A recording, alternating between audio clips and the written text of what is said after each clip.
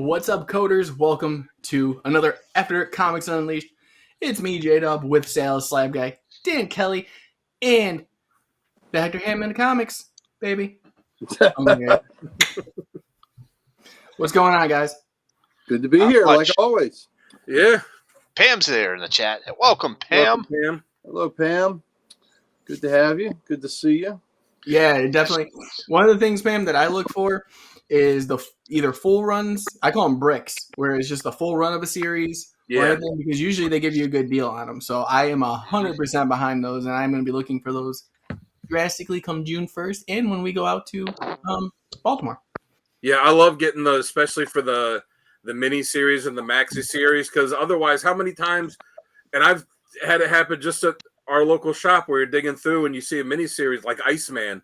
I was there, I was like, oh, here's issue 1, here's issue 2, here's issue 3, and there's no issue 4. What am I going to buy the first 3 issues of a 4-issue mini series and then hope that I can somewhere find the 4th issue on its own? Yeah, and that drives me nuts. Trust me. But, ladies and gentlemen, today is a little bit different. We have Comics Unleashed. We're going to do our normal thing. But in between, if you guys got questions for us or anything else, shoot them into the chat. We'll answer them. No problem whatsoever. So make sure we may even answer truthfully. Maybe. It depends. It depends. Yeah, well. But no, definitely, guys, today is going to be a fun one. We do have memberships open. So remember, if you guys do jump in for just the price of a comic, $3.99, you guys are entered into every giveaway. You guys are entered in for all the videos before everyone else gets to see them, and exclusive content that doesn't come out to the public for about 2 to 3 months, I want to say. So jump in there. Super chats are open if you guys want your chats highlighted or any questions that you might have. It's been busy, so it's hard to always keep up with everybody. And real fast, I will show off something I'm giving away if you guys do that. So we're going to, I'm giving away Dick Tracy #1. There you go. It's a good book. Yeah, so It's a good book. It's from our friends at Mad Cave Studios. Definitely, if anything, put hashtag giveaway in the comments and I'll enter you guys in. But if you become a member, you're already entered. So there you go. Awesome. So what do you guys say? You guys want to kick this off? Do it. Yes. All right, Sal, I'm going to have you start it off, buddy. Hi, folks. All right, let's go ahead and start off with the pulls from the shop. All right, so we got X-Men Forever #4. Look at that shadow. That's pretty cool. Mm-hmm. All right, so let's sit these down in a spot where they will not knock my camera. All right. Yeah, we don't need my camera. Oh, that's a cool. This is Carnage #7, the Stormbreakers variant. I'm actually I always enjoy the Stormbreaker variants. Like, I don't know what's about them, but like people just pass them up, and I'm like, these are so good. That was a great cover. I almost cool. got it just for the cover. Mm-hmm. I'll probably have more variants of that later, but not today. Later. Probably 30. Yeah, probably it's 1 or 2. All right. What if Venom #4? Nice. A lot of tongue on that. A lot of tongue, baby.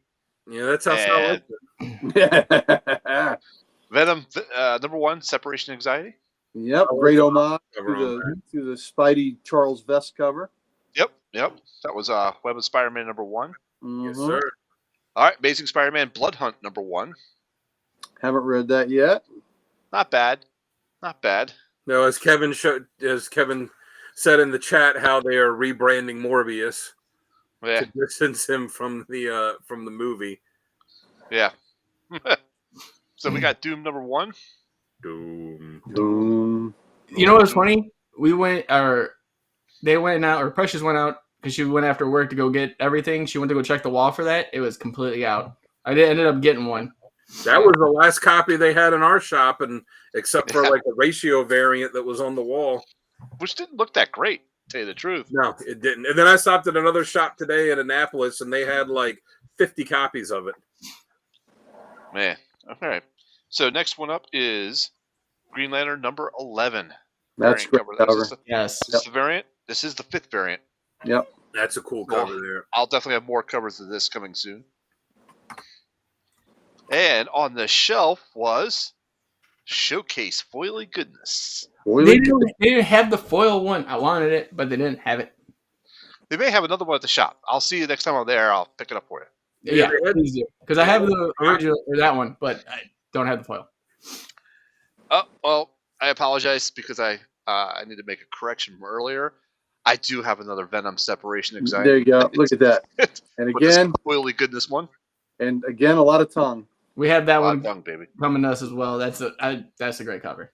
And what's funny is I got to the shop before Sal, and I was standing there talking with Oba, the guy that was working there, and I saw that on the wall behind the counter, and I was like, oh man, that's a cool Venom cover. He's like, yeah, it's Ron Lim. I'm like derogatory. I'm like, I like Ron Lim, and he took it down to show me. I was like, oh, I'm not. It's like $20. Like, I'm not going to buy it. I said, but watch, I'm going to get Sal to buy it. And as soon as Sal comes in, he's looking at it. He's like, I didn't even have to say anything. He's like, let me get that Venom book. It was actually already in my stack. It was already in my stack. I didn't need to pull it off the wall. But you told me to pull off the wall first, and then you got your stack. You're like, oh, it's already in here. Yeah, it's in there. Next up is the Secret Wars. Was it number? What number is that? 5. Number 5. Boily goodness. I've been picking all those up. Yep. Don't knock the camera. Okay, so this is the Free Comic Book Day Superman Boily goodness. Mm-hmm. Yep, the absolute power. Yep. Yep. Right. So I will actually be getting another Boily goodness book of this from Kent Hubbs, the guy that does pressing for me locally here in Ashburn, called the Comic Hub. Comic Hub, and he's given it to me because I've done so many of my unboxings and CGC stuff with him. So he's given it to me for free as a gift. So very nice. Thank you very much, Kent. I will take a second copy of that any day of the week. All right. So next up, this is from Dan. He actually picked me up Local Man back issues. So I got to figure out where I am in my stash for Local Man. Yeah. Secret was going to sell so many copies. Yeah, Rich. Yeah, sounds like I'm going to have more than one. Rack. So got that one. And then I got this one. So thank you, Dan, for those. Yep. Appreciate it. Got those on Free Comic Book Day, but I was just able to give them to Sal. By someone we just interviewed, too. Yep. Yes. And it was a really good interview. It was. Yep. And it wouldn't be I wouldn't be the slab guy if I didn't have a couple of slabs to show you. Now, this is you're in for a treat. This is not CBCS. This is not CGC. This is not PGX. This is the new kid on the block called EGC, Expert Grading Service. Okay, here it is, Darth Vader number 3. That's very shiny. Can't see it. It's not a foil cover. It's just bad reflection. So what the cool thing is, check out the label. You can see the label there. Yeah, right there. Yep, blood red. Okay. You can actually choose the label coloring. So I can get it like a blue one, like the CGC ones, and make them all uniform. Or you could choose the different types, and they also have specialized ones like Batman or Joker or. That's what I was going to say because I thought that it was them. I didn't know it was someone different, but they actually do have it where if it's a Batman title, it'll have the bat symbol in the corner. Yep. So that was pretty cool. So I chose the red, the gradient red on that label because of the cover, and then I also have Dark X-Men number 1. I'm sorry, Dark Web number 1. Oops. I love how you sent out 2 books that were the same gradient. Mm-hmm. I did. Well, and he picked the same. They're both red and black covers, so we got the red and black label from both. Yeah. So I got the red and black label as well. So, and as a bonus, they actually send you a little certificate, and it actually tells you what was wrong with it, why it merited that grade. Which is great because I think for everyone that has graded books, like especially the Wolverine one we're talking about, Wes sent off. When you get it back, and you're like, why did it get this? It should not have got this grade, and you're just left with a mystery. It's like, oh, right here, you don't have to try and figure anything out or look anything up. Right there, it tells you what the justification is. Yep. And this is one more thing from Dan that he made for me. Oh, yeah. It is my X-Men graduation certificate. And look who it's signed by. The beast of the X-Men himself. So I am part of the X-Men team. Thank you very much. You all better behave. He's allowed to sign that because he's an Avenger and they're superior? No, he's allowed to sign that because he's an X-Man. Yeah, you know what? You don't see Captain America on here. You know what? He is an X-Man. He's not with them. He's X. He's gone. He's not there anymore. Okay, I'm not trying to spin this. He's an X-Man. He signed this. I'm an X-Man. So was there any blue back fur? off, man. I'm an X-Man. Was there any blue fur with that certificate? Because if there's no blue fur with that certificate, then it's not him that did it. Oh yeah, there's fur on there. There's fur on there. Dan, what'd you do, bro? There's fur on there. There's fur on there. The story behind that is paid extra for it. The story behind that is during COVID, when I would have to go into the office, there was nothing going on because there was no one there. So I'm cleaning out stuff, and I find this box of stuff that we're going to throw out, and it's hold it up again, Sal. The thing that the certificate's in. Yeah, it's just this kind of thing that you would put some kind of certificate. I found a whole box I was just going to throw out, and it's not Richard. It's not. It's the real deal. You know who did it? The Dark Beast signed that. So yeah, that's not legitimate. No, that's a dark because he would have signed signature. it. He would have signed it, Dark Beast. No, he doesn't. He's all about the subterfuge. I would have expected more. Dark Beast, misdirection, bro. Yeah, exactly. So I found that, and I found this pack of paper, and you can't tell there, but it's like the nicer kind of parchment paper that you would put degrees or certificates on. So I sat there at work since I didn't have anything to do, and I made this whole template for a graduation certificate from Xavier's. Got the logo on there and all that, and I had made one for my buddy. So, and I had the idea. I saw it, and I was like, I'd forgotten about it for a long time because I was like, oh, I could sell these on Etsy for like $10 or something. And then I just forgot about it until the other day. So I made one and gave it to Sal, and I sent one to Tim. So if anyone else wants one, all you got to do is tell me what your superhero or supervillain code name is, what you want your degree to be in, and if you have a preference for what you want your date of graduation to be. And I'll print you out a certificate, and you'll have it, and you'll be able to have your Xavier's graduation certificate. So Dan has just told us all that is a bogus certificate, and if it's you have a sunny PDF award, bogus signature. Dan created that. Dan is authorized by the X-Men and by the X-Men to do that. Yes, he's been authorized Dan to issue that. Too busy with all the stuff he's doing with Instagram. There you go, Dan. I wonder if the wife would be mad if I took down her diploma and put this up instead. Oh, Jesus. What's up, Bougie? And yeah, Richard, just send me a message. Like I said, hey, Bougie. Hey, Bougie. Know what you want your degree to be in, what you want your hero name to or villain name to be, and if you have a specific date that you want your graduation date to be, and you'll have your very own certificate. I guess I could, I actually am a notary public, so I guess I could actually notarize them too if I really wanted to. Make it even more official. Come on. Listen, if you're going to have a forgery, go all the way with it. Yeah, absolutely. Yeah. It's got to look legit. Yeah. Sonny doesn't even have that technology.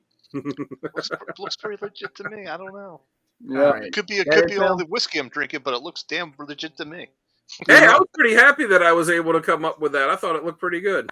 It does, actually. It actually does look really official. I like it. Something that you would buy out of the back of a comic.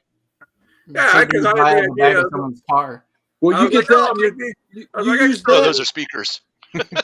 Look, you use that in your diploma from Trump University, and you'll go places in this world. I know. I got a double major from there. There you go. That is for you, Sal? Yep, that's it for me. You may proceed. Proceed. All right. I'll send one to Jamie. His superhero name will be Cyclops. I'll do a live burning for that. Cyclops Jr. Cyclops Jr. I'm Cable? Okay. Little eyes. All right. First up. Little eyes. Uncanny Valley. Number 2. How was that? Have you read it yet? Yes, it reminds me so much of like Who Framed Roger Rabbit. Good movie. Yeah, it's just it's off the wall, and I love it. I'm glad it's an ongoing. It's not. Is there something wrong with it? I'm really attracted to Justin. I thought he said Feral and Uncanny were gonna be. Nope, just Feral. He said Uncanny is that he's got it planned for 12 issues. That it might just be 6. Because I asked him, I was like, well, when do you know if you're gonna do? I was like, are you gonna if it only goes 6, are you going to tell the story differently? He goes, no, it's going to go. He's definitely going to go 6. He said it'll probably go 12 because it looks like they're going to sell it well enough. But Right. yeah, it's just supposed to be that. All right. Next up, House of Slaughter number 23. I like that. That's a cool cover. Mhm. I definitely like the mask sticking out the back pocket. Yeah. I got the Displaced issue 4. Cool. Really liking that. And next, something epic. I think this is number 10. A white cover. That's interesting. Stands out. Yeah, it does. Looks like a person in a pod. Yes. Can't wait to crack that one open. All right. Godzilla versus the Mighty Morphin Power Rangers number 2. Nice. Okay. How many issues is that going to be? 6.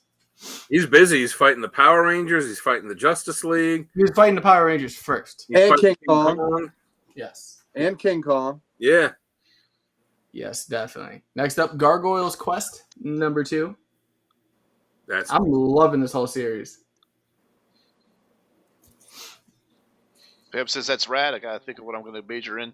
Exactly like real life. yeah. Again, Pam, just shoot me a message on Instagram. I'll make you one and send it to you. All right. Next up, I got Red Coat number 2. Yeah, that's a great cover. Yes. That's a great cover. My comic guy, Tripper, keeps adding stuff that he says I need to read, and then once you guys told me about it, he literally put everything in my pool, so I'm getting it all. One of my favorite series, Fish Flies number 6. I don't care about the art, but the story is amazing. Okay. Who is it? Lemire? It's Lemire. Yeah. I was gonna say that's got some like Is Lemire doing the art too? Yes, I know you don't like it, but Yeah, he kills me. that's got some Tim Burton vibes to it. yeah, really good story though. Oh, there's no doubt. He is a great writer. There is His art no though doubt. can. His art just hurts me.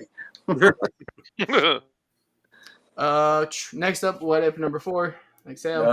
That's a cool cover. Yep. Sal didn't get a copy. Yeah. There's one I he did. didn't get. My, He didn't get get that copy. a copy. He didn't get that Got copy. many copies. Yeah. Get that one. He didn't get them all. Evidently, he didn't get them all. yeah. Carnage number 7. Oh, that's pretty Yep. cool. That's the A cover, correct? Yes. Yeah. I'll have that in my HCC pool next week. Oh, we know. We know. I know. Like Sal, Venom Separation Anxiety number 1. Mm-hmm. I should have that foil here whenever HCC sends their stuff out.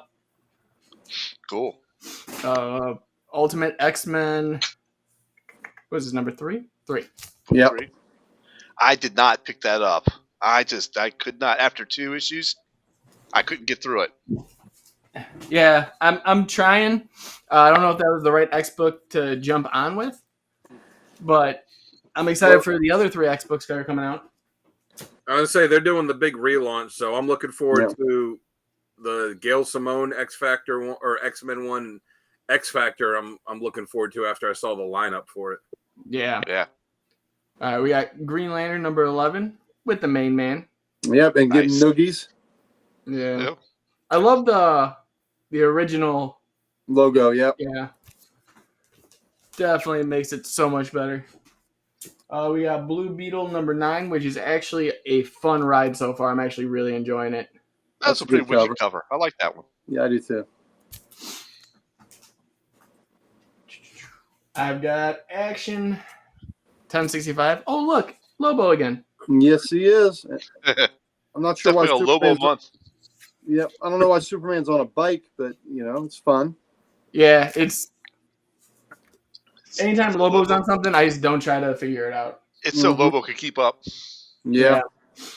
All right. Last up for my pools, I Red Hood the Hill number 4. I like that cover. That's That really is good. a cool cover.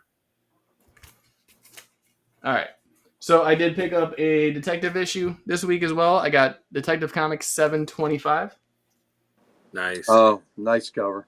Yeah, that's pretty cool. Yes, definitely. And then we have one that Sal got for me for Precious, even though he did spell her name wrong, but this is from Brandon Wayne. There you go. That's very cool. And he has another saying on there. I had the one where it says, "Weapons are my religion." Yeah. What does he have says on yours? I like those odds. I like those odds. That's right. And this is the way is the other one thing he signs a lot. Yeah. Yep. All right. So this is an HCC pull that I had that I did not show off because I had it in a different spot in the house. So, I did get the Joker, the Man Who Stopped Laughing, number 7, because I didn't have the variant for it. Oh, that's creepy. That's creepy. Now I got all the variants for this one. I'm very excited for. That was a good series. Venom, number 31. Nice.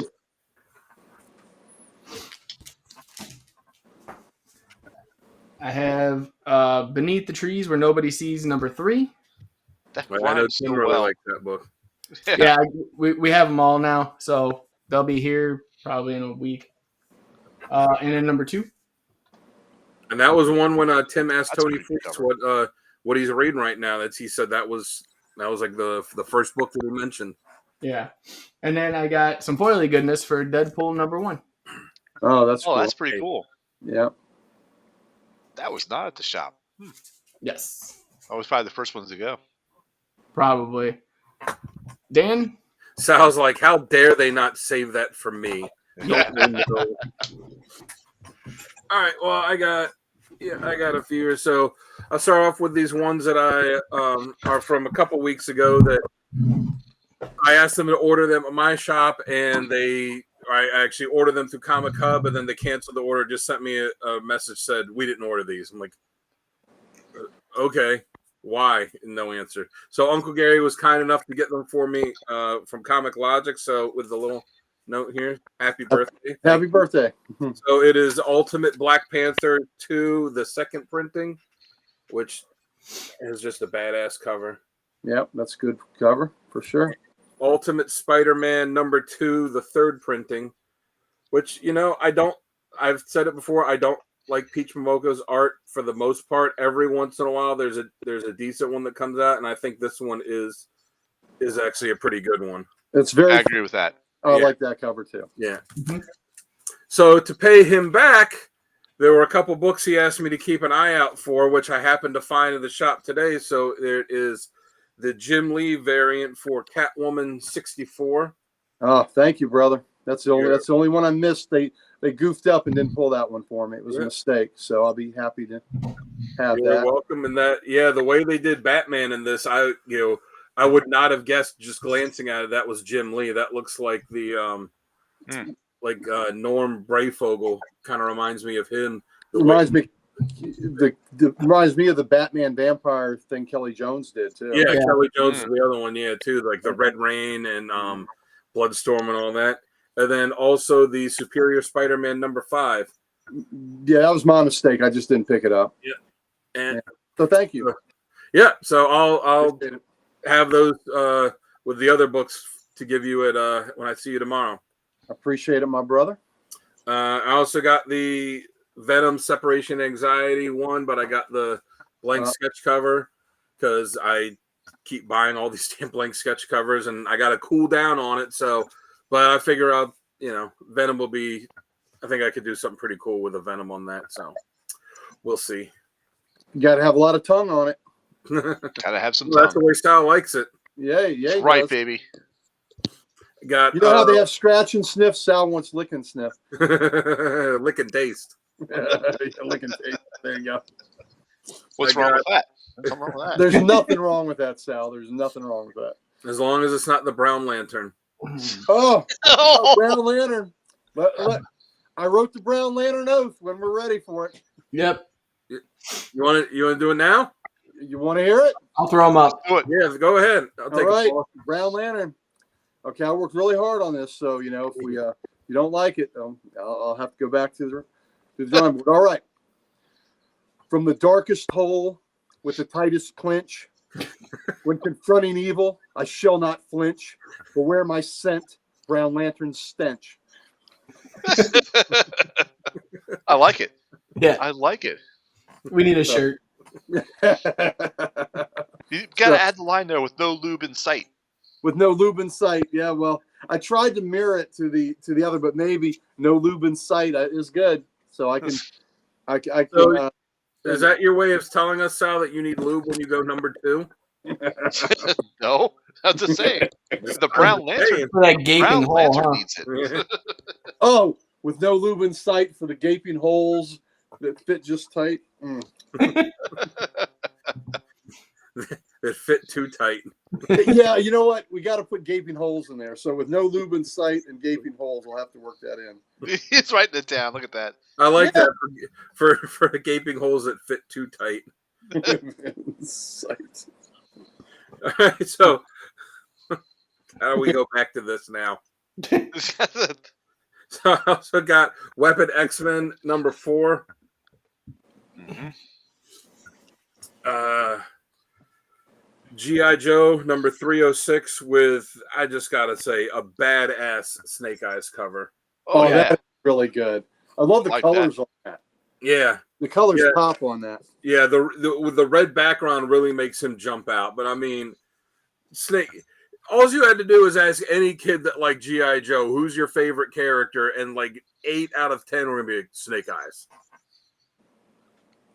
And you know, I was the dumb kid that thought Scarlet was the bee's knees. Well, I had other things on my mind. If you look at the original designs for the Snake Eyes figure, he was just like, because Larry Hama named them all, and he was just like commando character, and his original look and the design was a little different than that.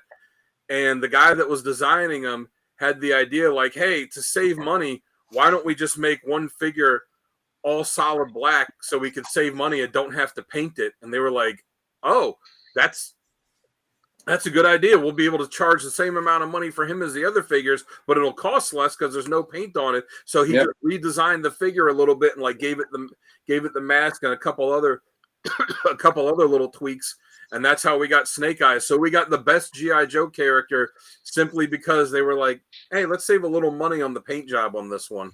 Hey, there you go. Brucey agrees with you. Yeah. And like you also got Red Coat number 2. I look forward to reading that. I love all those Ghost. Oh yeah, I haven't read one yet that I didn't like.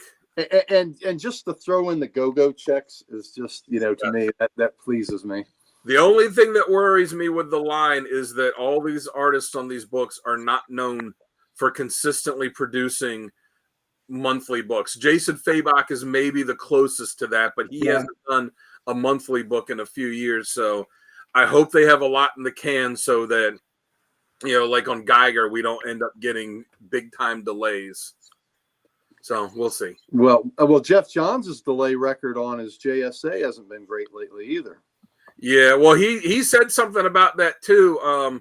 When they just announced that it was going to end after issue 12. 12, yeah.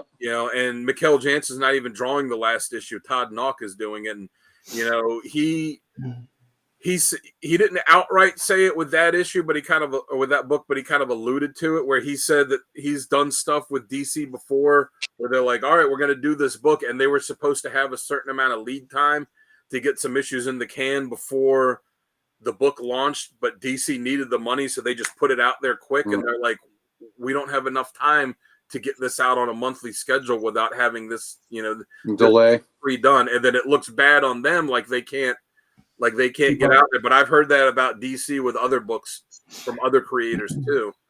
So I don't know. I'm just disappointed they're canceling that one. Well, even from the beginning, once they announced like they were going to do a JSA book, they've always had the intention of it being 12 issues. Well, the first issue when it launched, it was going to be an ongoing book, and then the second issue they changed it to a 12-issue miniseries, and then it's had so many delays. Yeah. But like you, I also got issue 2 of Uncanny Valley. I picked up the first issue off the shelf last month. I was like, oh, Tony Fleece, oh, this looks good. I'll give it a shot. Really liked it. Definitely looking forward to reading that. And then the last book I got is Green Lantern number 11, which apparently has the Super Scroll in it. Yeah, there you go. Yeah. So that is it for me this week. I did order 2 back issues off of eBay, but they have not arrived yet. So I should have them for next week. Plus, if I pick up anything at LotCon tomorrow. Yeah, I'm with you, Bougie. Bring back the JSA constant, man. Please. I love that team. Yeah, because they were supposed to do that whole like Golden Age line, and it was Stargirl and the 3 other miniseries and JSA, and then the other miniseries are over, and JSA's ending now. So I think there's one more issue of Green Lantern to come out. There is next or this week. Yep. yeah, And they've been good. They've been worthy of having their own issue, their own titles. So, but the JSA has been a good book. It's just the delays have, killed the momentum for it, but it's still a good book. and it's a lot different than the last ones too. So I mean, hopefully they find something to do with these characters going forward in something else, and they don't just just ignore them and pretend like they don't exist anymore. I agree. Then we need another Doomsday Clock to bring them back. Speaking of delays, speaking of delays. Delayed. Yep. That book honestly has my favorite line ever in it, though. And it's from the first issue. It's with Superman when he's laying in bed. And he wakes up next to Lois after he sees Dr. Manhattan. And she's like, "What's wrong, Clark?" And he's like, he literally says, "I had a nightmare." And she's like, "Are you all right?" He goes, "I've never had a nightmare." That is cool. Okay. So, that was a series that okay. the delays in it just made it lose its steam. And then it screwed up everything with what they were doing with the stories at the time because, with like the Legion and with Wonder Woman and the JS. Well, even most of the books that were coming out, like Titans at that time, for instance, it was they were having issues where it was like Lost in Manhattan, but it had Dr. Manhattan's like hand over all of Manhattan. Like, and it didn't tie into anything. And they're like, what am I supposed to reference here? Because it wasn't just the Justice Society, it was the Legion too. And then it was the thing where they were retconning that Wonder Woman was the first hero to show up, and all of this stuff they got screwed up because the book didn't come out on time. Collectively, it was amazing. After 3 issues, I sat there and finally just was like, I'm waiting until this is over. I even got like the pins and the posters and stuff for it. And then, once I read it in a full 12 issue, it was great. Very good. All right, we ready to roll?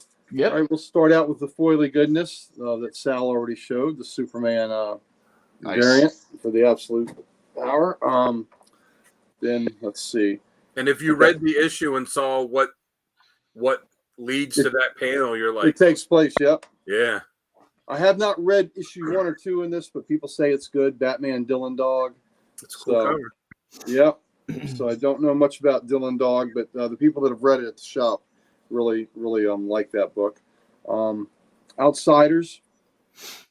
How's that been? Because I know everyone said it had great momentum at the start, but I haven't heard anything since. I mean, I like it.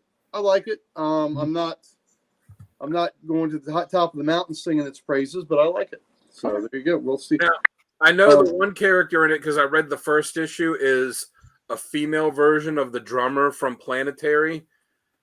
Does any more of the book tie into Planetary? I couldn't tell you because I never read Planetary.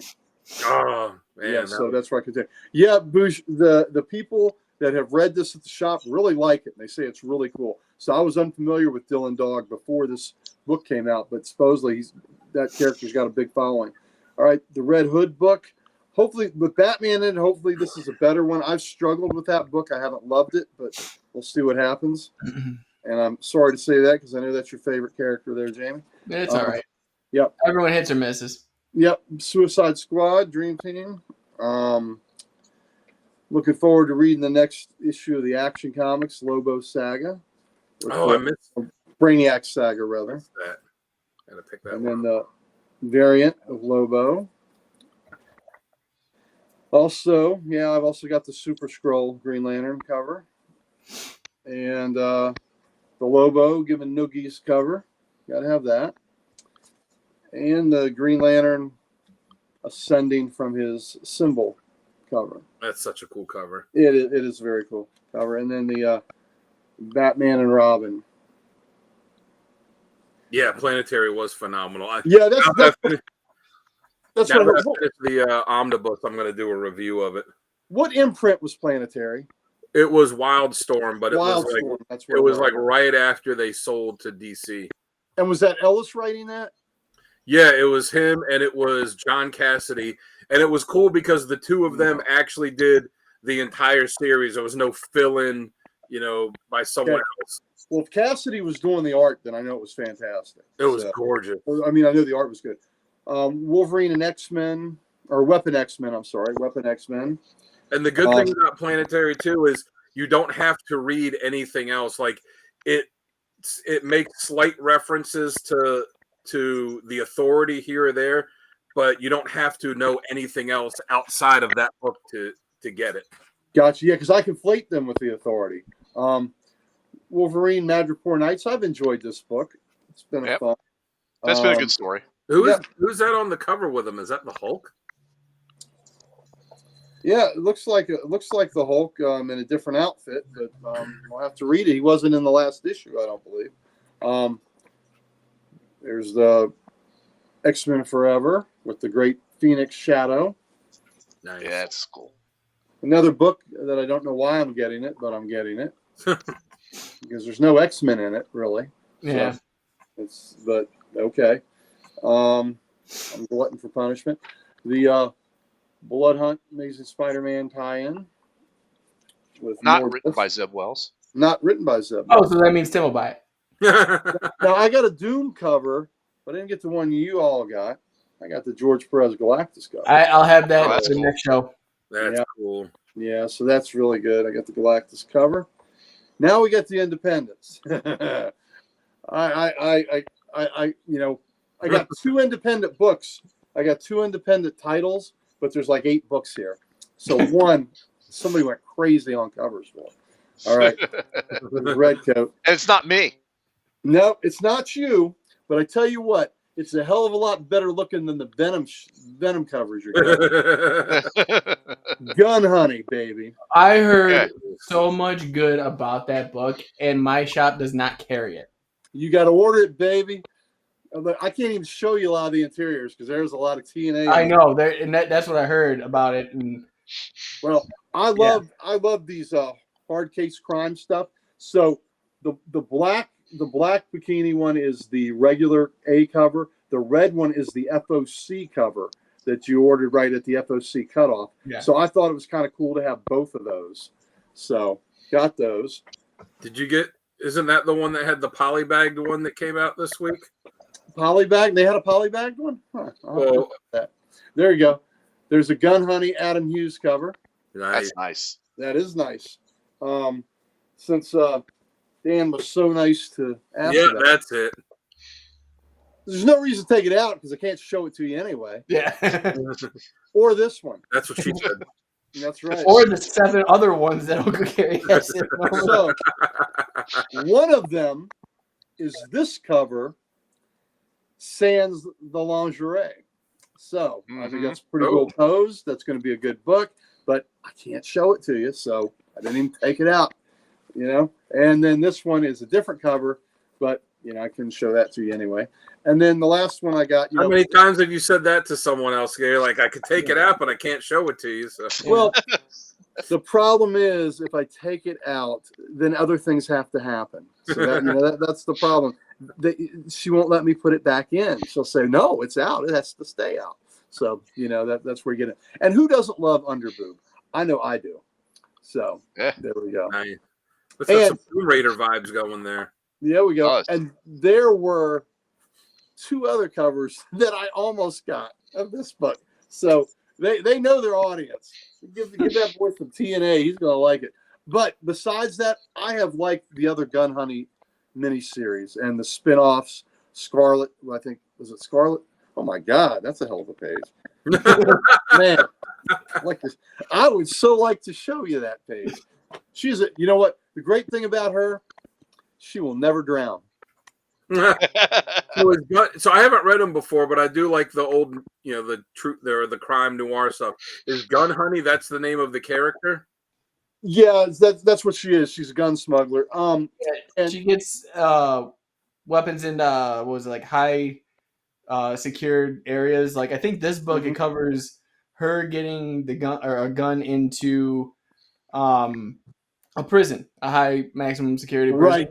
That's what she does. She's very good at that. And then the book that wasn't titled Scarlet, there was another book that tied into this, and the gal is she's a master of disguise and theatrics and setting up, hits that look like hits but really aren't and things. So it's just that was a very interesting tie-in. But all the hard case crime books are really good.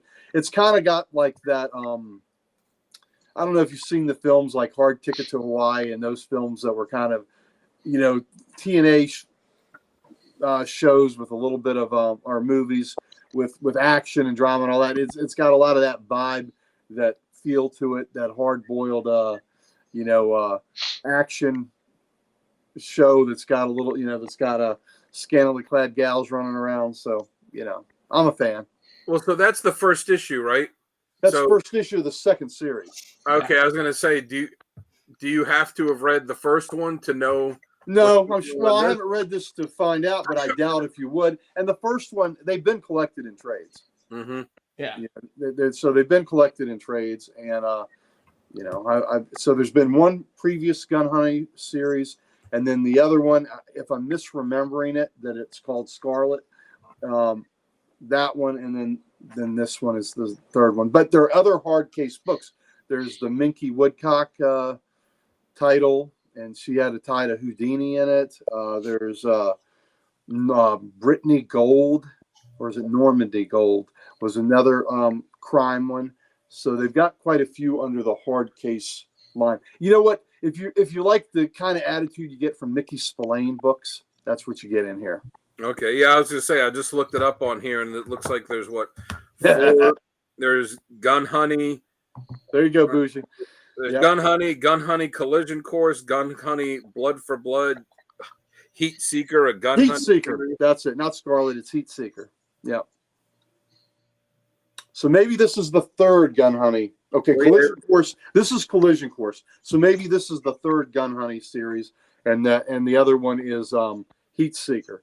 And that's the gal that's a master of disguise and sets up, gets people out of trouble by setting up hits where they're dead, but she helps them escape. And that's it for my new book. So we ready to move into showcase time? Yeah. All right.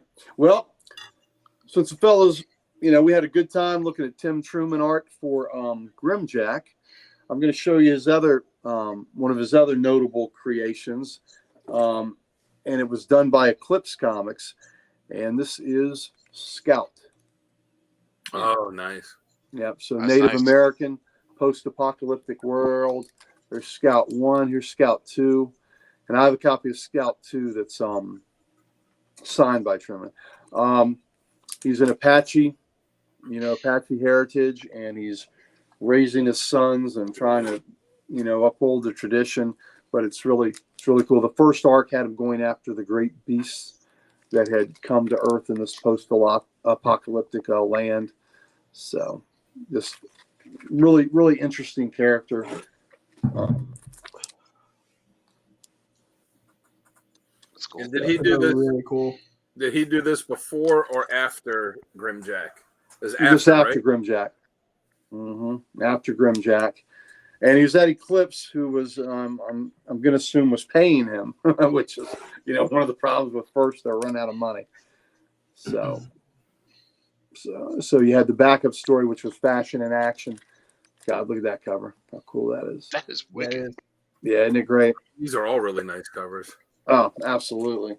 So the first Scout series went 24 issues, but he's just, Truman's one of the. Here's probably my favorite cover in the whole line. Yeah, that was cool. I've seen that before. Yeah, that's nice. I have doubles of this, so I use as display copies when I have that out. But I just love that cover. That's number that's 11. That's number 11 for y'all playing the game at home. All right. There's Lucky 13. There's another cool. Yeah. You got those in those Gerber bags and boards? Oh yeah. I was going to say you can hear the different sound on the bag. The bags, the bags don't really crinkle. They, That's cool. Yeah. Bougie, it is cool, Buff. Oh, there's the monster. He's fighting the monster there. So, who doesn't love a good post-apocalyptic free-for-all? Oh, this one's pretty cool, too. Oh, yeah. Oh yeah. Oh, that's cool. I like that. Now playing. Got him a guitar and a gun. Can't go wrong there. Oh. Oh. Yeah, there we go. Battle of the Bands. Taking bets that it's one of Uncle Gary's favorites. Yeah, I like that. Hey, don't mind that at all. Yeah. Yeah, there we go. Oh, this one's cool, too. That is a cool one. Yeah. Truman's Truman's just got a grittiness to him Yeah. that is really, really neat with his work. And then these were the last 2 issues of the original run. Yeah, because he did more with the character after that, right? There was another. Yeah, there's another series. There were 2 miniseries, and then the last series he did was Scout War Shaman, where the How many issues did it run? The first run were 24. Okay. 24. And I'm pretty sure he did the art all the way through all of them. If not, he at least wrote them, but I'm pretty sure he stayed as the artist on them too. So he was writing and drawing them. So that's War Shaman. Oh yeah, Welcome to Funky Town. And War Shaman went 12 issues. Or maybe it was 16. Yeah, 16. It went 16 issues. That's really cool cover too. Yeah. Whatever. But it's I know we do. I just think it's fun. We do. Pam, you're 100% right. Yes, Pam, you are 100% right. Listen, it's an investment with the Gerber bags and boards. It is an investment. But I looked into it. It'll take me quite a while. Well, and honestly, the newer books really don't need them because of the integrity. They're using higher quality paper and all that, so you really don't need them. But the books before the mid 90s can use them more, or even if you want, or the late 90s. Let's say the late 90s is where they can they benefit you the most. But on your modern books that you really want to show the covers off, you put them in here because they will really shine. But yeah, I mean look how flawless these books look. Those are all Silver Age, right? No, these are all mid 80s. No. I mean the size. Yes. These are on all, even so any bags and boards I get, the regular bags and boards I get from the shop that I throw my recents in, I get those Silver Age bags and boards, and then these I get Silver Age bags and boards. My older books I get the larger size ones, because it was during the 20-cent era where they went to the current size. So midway through the 20-cent era, they shrunk it like another quarter inch to make it what the modern size is. But I like the way they look in the Gerber board and bags. I don't like how they look in the Silver Age now board and bags. I don't know. It just does not look appealing to me. But part of it is because it's tighter. Yeah. Right? There's not as they don't move around as much, so it's just tighter in these because these bags aren't as there's not as much play in there. So, but yeah, I know what you mean. I don't buy awesome covers. I don't buy any bags and boards that are modern size because I found even modern books that when you put them in, even if you're putting one book in, it's like you're struggling to get it in there. I'm like, why is this so small? That's what she said. That's what you never want to hear her say. What? I'm saving. I'm maximizing my value by doing them front and back. Right. So that helps out. That helps out when you're spending this kind of money on Gerber bags and boards. It helps out when you do that. I don't always do it for my older books that that have quite a bit more value. I won't front and back them. But when we get into the pretty much my runs like Batman and Detective and all those, when I get into the 20-cent era, that's about the time where I'll start putting them back to forth. And then the last one I show you is the Scout Handbook. Oh, that's a cool. Nice. Cover. Yeah. Yeah. So Oh, maps. maps, Maps. Sal. There's maps. Maps. You need your post-apocalyptic map, or how are you going to get around, man? So, That's right. So just giving some more love to Tim Truman, who, if you haven't seen the Grim Jack show, I think it was a really good show. And these fellas were, oh yeah, My Light 2. That's exactly it, Pam. That's exactly what I get.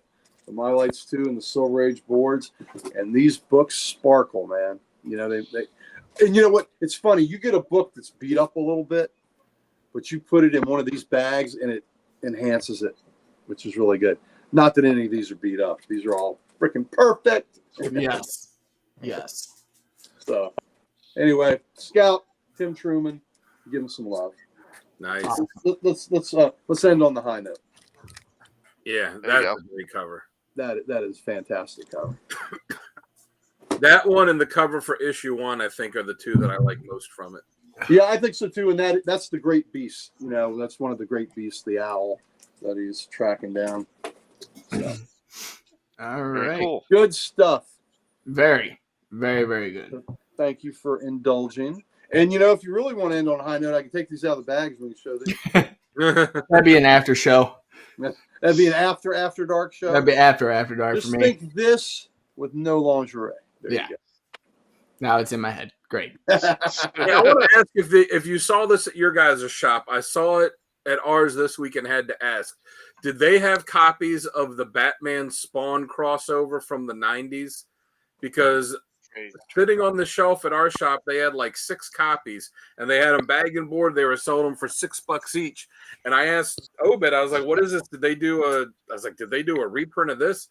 And he said that apparently they found like a pallet full of them in a warehouse somewhere, or that's what their story is. They found a pallet full of them in a warehouse, and I guess just released them for the stores to buy. But as he said, he's like, "But it's McFarlane, so who knows?" Did anybody else shop have those? I thought we had a Batman Spawn thing, but I thought it was the collected edition. Because the one I saw in our shop was definitely the one that McFarlane did the cover for, and there were copies on the shelf. Seems like I've seen it at the shop, but I guess I assumed it was a collected edition. Maybe it is new. Maybe they fell off the back of the truck with the speakers that people sell. And I was And the X-Men certificates. I was I really close to picking up a signed by the copy beast. because I was like, I got a copy of it, but my copy's beat to hell, and this one's really nice. So maybe I'll go back and pick one up if they're still there. Well, you know what? Look at them. See if it's got that printing date on it.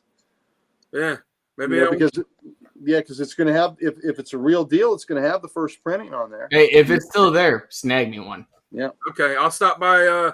I'll stop by tomorrow. On my way to Comic Logic and see if they still have them. Yeah, definitely. They'll be closed. They're not closed. They're not open. They're not open on Sunday, are they?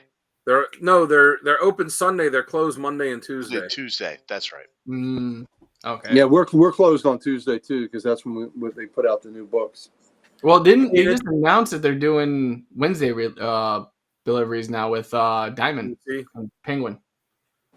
Well, I know that there are a lot of shops that were, when DC did their whole thing, like, oh, we're going to release books on Tuesday now. They were like, it pissed off a lot of shops because they're like, what do I got to put the new stuff up Tuesday and Wednesday? And a lot of shops were just like, we're putting it all up Wednesday. Nope, regardless. that's what we do. We put it all on Wednesday. You weren't getting anything on Tuesday. No. Nope. Yeah. No, because I know DC jumped on that back, and now they're going to be sending it out for Wednesday. Yeah.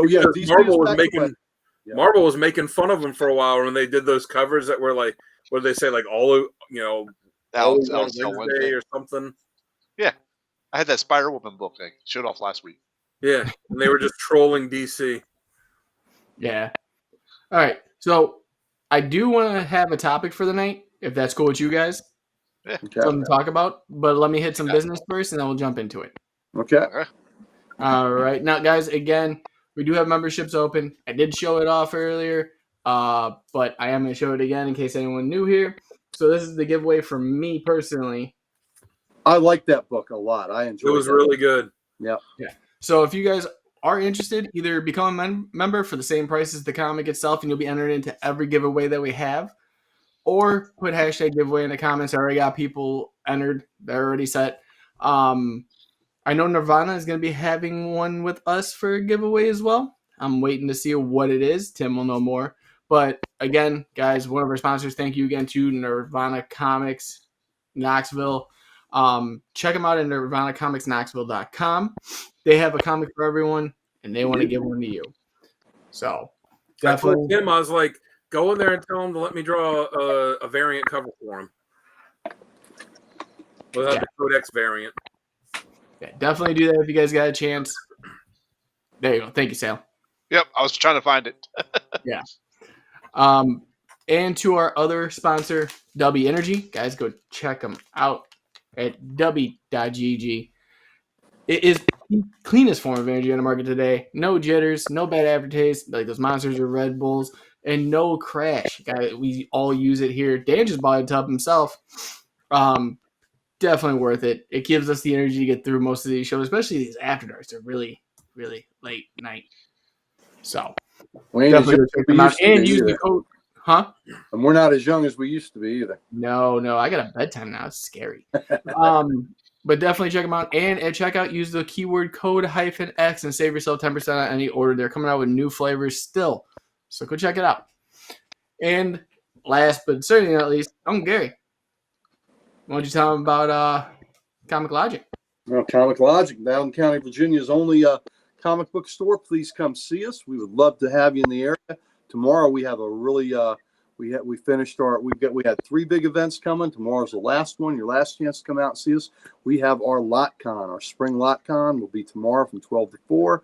We're going to have comics there, of course. We're going to have toys. We'll have local authors, local artists. We'll have I think we have a gal that's got jewelry there. So a lot of handcrafted things, and you meet a lot of interesting people.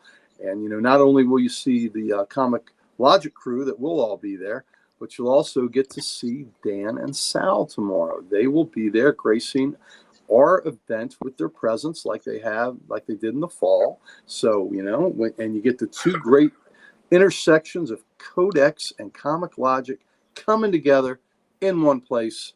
What more could you ask for? So please come see us. If you're in Northern Virginia, we would love to make your acquaintance. Yeah. Definitely go check them out. And again, I'm throwing it out there. If you guys get a picture with any 3 of the Codex members and tag us on any of the socials, I will personally get you guys a mystery pack. Well, there you go. There you go. I like it. Can't beat that. That's all the way. I do want to talk about con season. It is that time of year where everyone seems to be having one. I'm finding something that I didn't even know about out here because I live in the middle of nowhere, Wisconsin.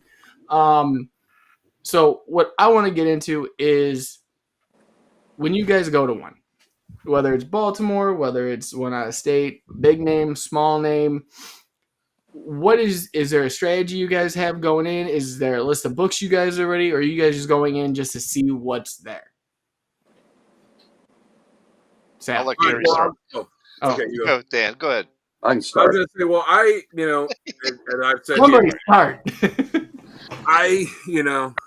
I have to go in and I have to be, like you said, have a strategy. Like, all right, I don't have, I have a very finite amount of money to take with me. So for years before this past Baltimore Comic Con, I always looked for, and other shows like quantity over, not quantity over quality, but I always raid the dollar bins, and I still look for stuff there. But I'll go in. I've got my list that I print out that has like everything that I'm currently looking for, and sometimes something else catches your eye, but I'll usually kind of try and focus on a couple series. Like, all right, if something if I see something that's a good deal, I'll go for that. But like, I'm really focusing, say, on. I'm really focused, let's say, like on New Mutants and X-Men and Avengers, and whatever. Like, let's try and put a dent in these runs. And as far as strategy, when I go there, like, what'd you say? I said, fill your gaping hole. Yeah. As far as strategy, when I go there, like I'll get there and I'll just walk around the whole place and look at all the vendors, and unless there's something that has a great price that jumps out at me, I'll walk around, look at all the vendors and see what they have before I'll go, okay, this is what's out there, this is what I got. I'm going back to here, I'm going back to here, I'm going back to here and getting this stuff, and and hope that it's still there. And then That's true, Bougie. What is it? Richard had a good Yeah. strategy earlier too. Yeah. But yeah, if it's if I'm looking to get an autograph from a creator or something, it all depends on when I walk by, how long their line is, determining like, am I going to wait here or am I just going to, keep going? But like for Baltimore, every time I've gone, I've always just gone for one day. This will be the first year that I've gone for all the days. So it's going to have to be a completely different strategy. Like I can go and just, other than the times I'm at the table, go and say, you know what? One day I'm just going to do books. One day I'm going to do autographs. One day I'm going to do this. Yep. So for me, I usually go for a certain set of books because I'm easily distracted by other sales, other books. Like if I say I'm going to look for these X-Men books, and I'm starting to look around, I'm like, damn, there's some Amazing Spider-Man that I just need.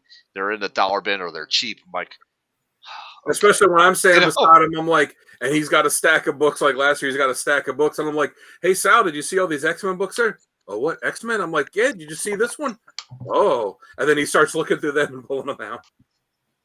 Yep. Pam says fillers first, but I'm a run collector. Yep. Oh yeah. I hear you, Pam.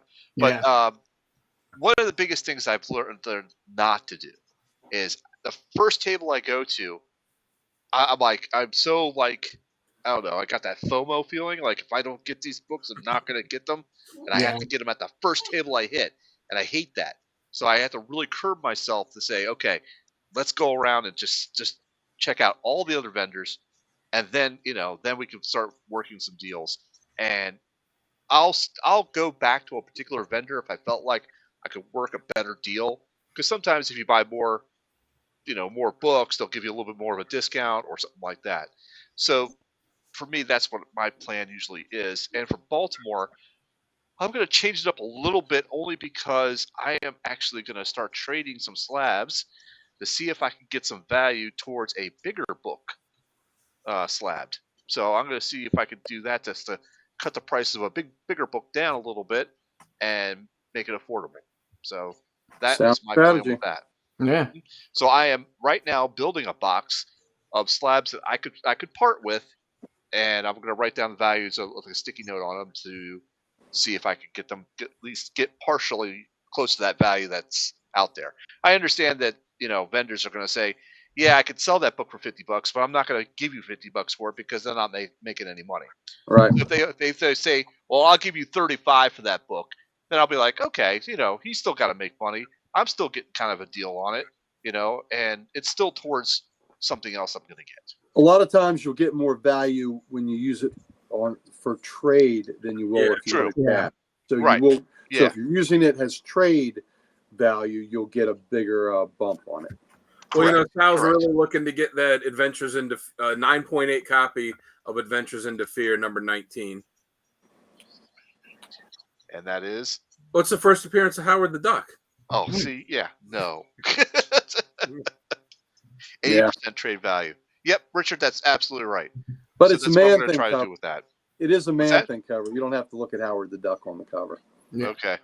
Yeah, Sal can look at what he likes seeing most, which is man thing. My giant-sized man thing all the time. Yeah. Every time I get in the shower, I see it. That's right. Mine, not Sal. Yeah, I was going to say, you see your own man thing. You don't see my man thing. He's got a picture of it just right there in the shower curtain. You can see it from where you're at. Yeah, I'm just saying. You probably see it where you're at. It's tough for me when I gotta walk to the shower with a wheelbarrow so I can just put it in there and tote it like that. But see, Baltimore is going to be different for me this year too, because like I said, I'm used to going and just being like one day. So now that it's going to be all the days, like okay, it's been. You get to listen to Sal yell at traffic. Yeah. For 3 days straight. But Oh, it's Jamie, you're it's gonna hear been that one too thing. when I I pick you know, up. but it's gonna be like 10 o'clock at night when I get Oh, don't there. worry, I'll so- still have road rage then too. Don't worry. Ah. But like it's been one thing, it's one thing to have the patience to, okay, well, I'm gonna walk around and see everything here, and unless I see like a great deal jump out, I'm just gonna walk around, see everything, and then I'll spend the money. It's one thing to have patience to do that for one day, but to do that for 3 days and like not spend all the money right at once, like that's gonna take some Oh, Plus, with commitment the on my deals part. coming on the last day, it's going to be hard to hold the money till then. All right, boys and girls, y'all ready? I'll tell you how you do this. I was gonna say, the difference will be at and least I'll go be last selling, because it'll be hilarious when I tell you. I'll be selling like prints and artwork and stuff there. So as the day goes on, maybe making a couple extra bucks here and there, but we'll see. All right. So first, you have to differentiate the big cons and the little cons. So Yeah. I go to we all have gone to local shows, Dan Yes. Sal and I, the Schaff shows that we have in this area. They're really good shows. Yeah. 3 times a year they'll be in Frederick, and then about 6 times a year they'll be in Annandale. So you go to those, and pretty much I know all the dealers there, so I have a relationship with almost all of them. But you go in and you survey the room. Now, when I go in, I usually take my list that I've had for 40 years, an old steno pad.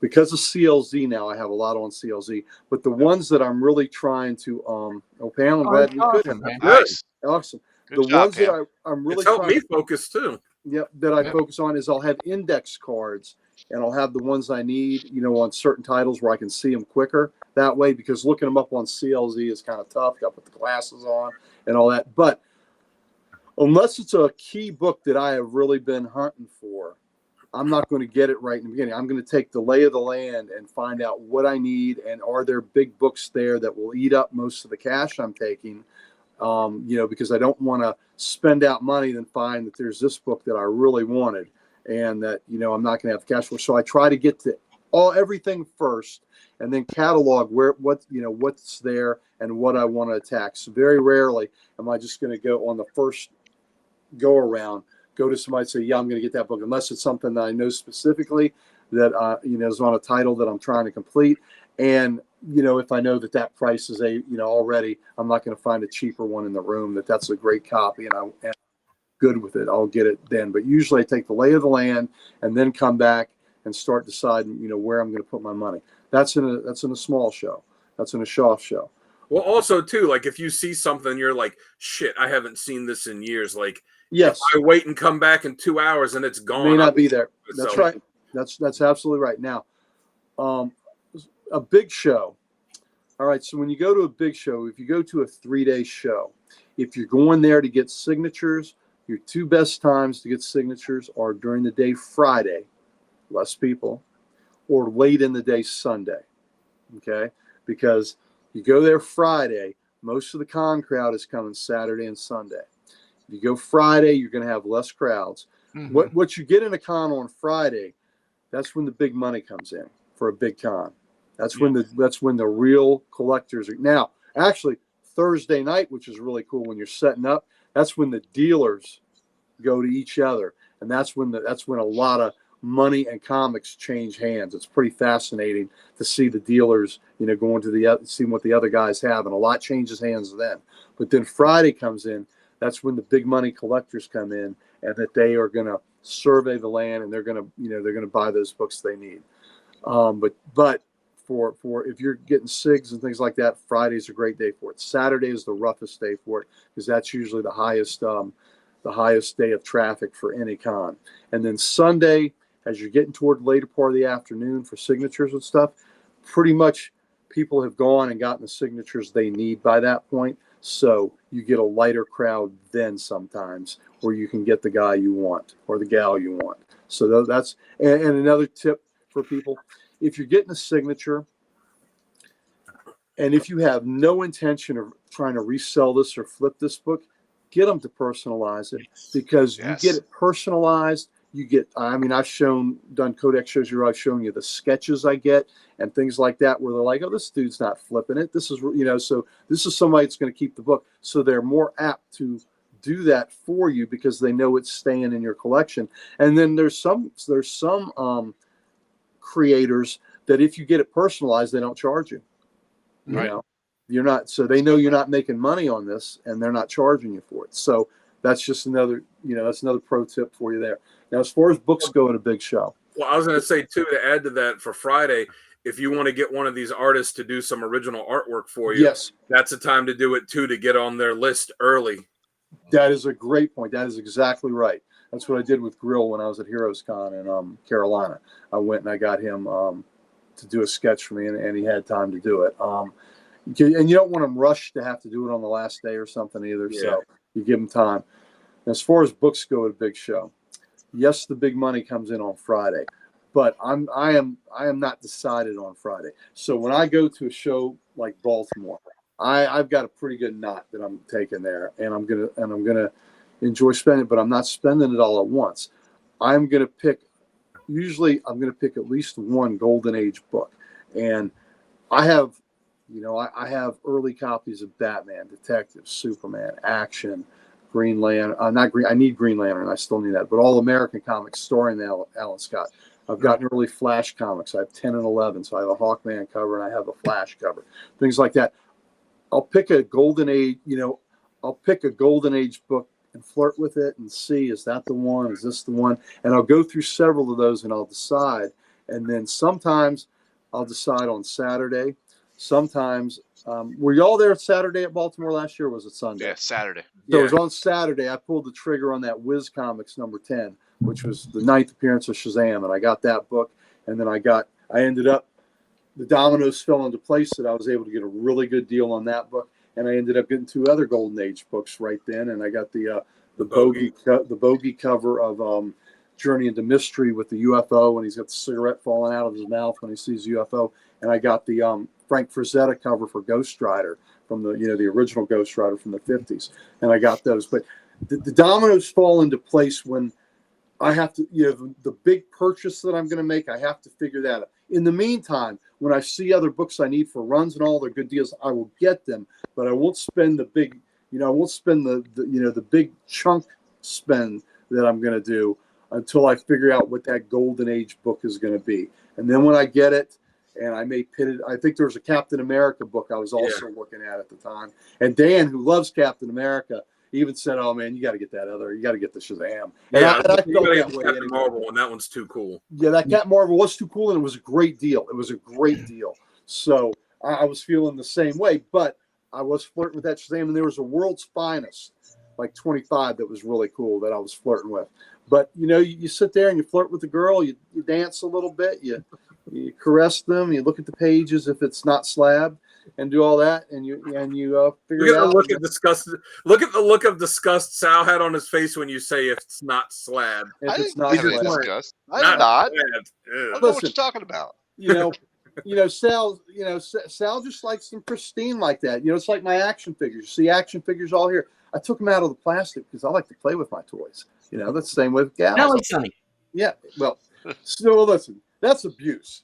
Sonny, He'd get arrested for what he's doing. I was gonna say the way Sonny plays with his figures, it's like a sex dungeon. Well, Dan said the right thing. He's like, this is the arm from I think either He-Man or Superman. Yeah, well, Dan was right.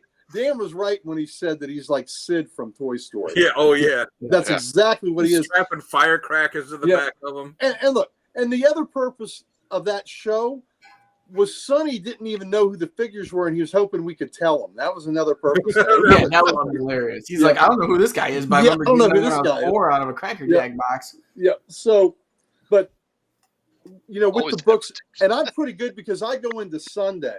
I usually go into Sunday at Baltimore, and I've still got a few hundred to spend.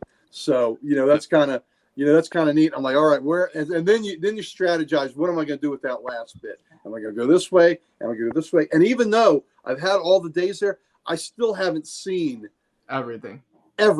You're still like, oh, did I get to that one? Did I get to this one? So, but it's a pretty cool process. And man, at a big con, I am a machine. I don't eat. Oh yeah, I don't drink. I mean, it is. The guy's like, my best friend will be like, "Had you eaten anything today?" I said, "No, I didn't eat anything. I'm not ready. I've had some water. I'm good." But I'm like a machine, buddy. It is on. I'm locked in. The only thing that sucks at the big con is when you're done looking at everything, like, all right, I'm going to go get that book at that stand. And you're like, shit. Which one? Where was it? And then you're like, how do I find it again? Like, why didn't I remember the name of the place? So y'all have seen my oldest book, The More Fun Comics 50, the football cover from 1939.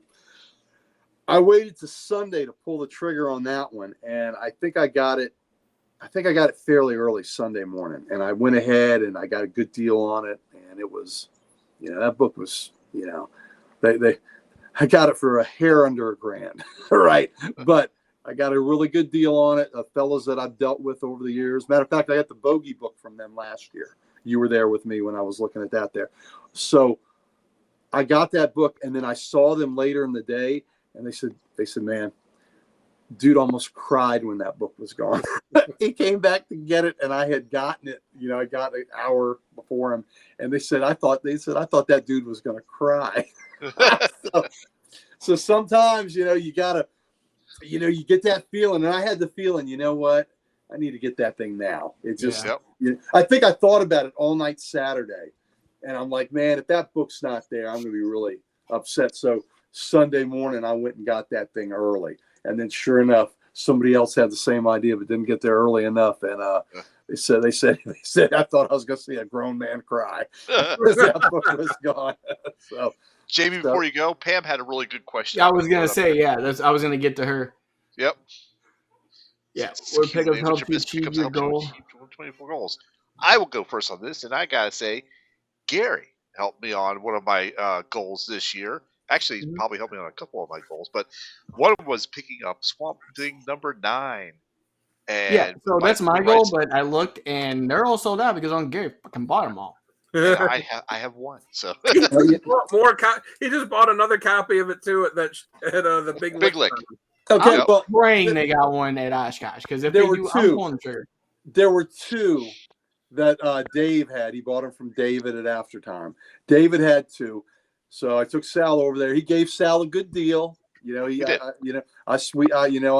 introduced him. I introduced him as a friend of mine. He gave Sal a good deal. And then later in the day, he had two Swamp Thing 9s. I went back and got the other one, and he gave me a great deal on it too. So I went back and got the other one. I just like, what the hell? Yeah, I'm a sucker for it. But sometimes you find things. I found this at a Schaff show. I wasn't looking for it, but it's just, I have been looking for it. It's a Simon Gerty cover, and Simon, that's a Tim Truman book too. The true historical book of that called Wilderness. Simon Gerty, fascinating character. And I always wanted this book, and then it just happened to be there in perfect shape. So I knew I had to have that.